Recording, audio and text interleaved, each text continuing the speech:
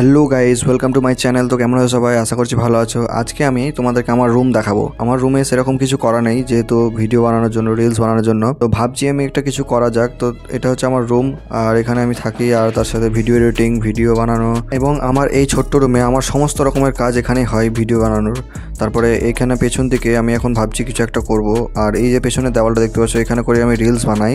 আর এখানে পর্দা মর্দা টেঙেছি ভিডিও বানানোর জন্য, আর টেবিলে সব কিছু রাখা আছে। তো এই দেওয়ালটায় ভাবছি আমি একটা কিছু করব। তারপরে আমি ভাবতে লাগলাম বসে বসে কি করা যায়। তারপরে আমার আইডিয়া এলো যে কি আমার তো টুনিবলের জিনিসগুলো আছে, তো আমি সেই জন্য নিয়ে গেলাম আমার যন্ত্রপাতি, যেই সমস্ত জিনিস আছে, মানে আমার বালতিতে করে রাখা আছে। এখানে কালী পুজোয় যে সমস্ত জিনিস লাগে, ডিস্কো লাইট, সমস্ত রকমের জিনিস আছে। তো ভাবলাম এই খরচা কেন করবো, আমার বাড়িতে যখন জিনিস আছে। তো তার জন্যই আমি সবকিছু বের করে দেখতে লাগলাম যে কি কোনটা নিলে ভালো হয়, কোন কালারটা দিলে ভালো হয়। এখানে লাইট টাইট এবং সমস্ত রকমের জিনিস আছে, তারটা সবকিছুই আছে। তো আমার ব্লু কালার সব থেকে ভালো লাগে, তার জন্য আমি ভাবছি কি দুটো ব্লু কালার দিব, মানে এলইডি দুটো লাইট থাকবে, আর একটা জিরো বল থাকবে। তার সাথে টিপটপ যে লাইটটা আছে ওটাও আছে।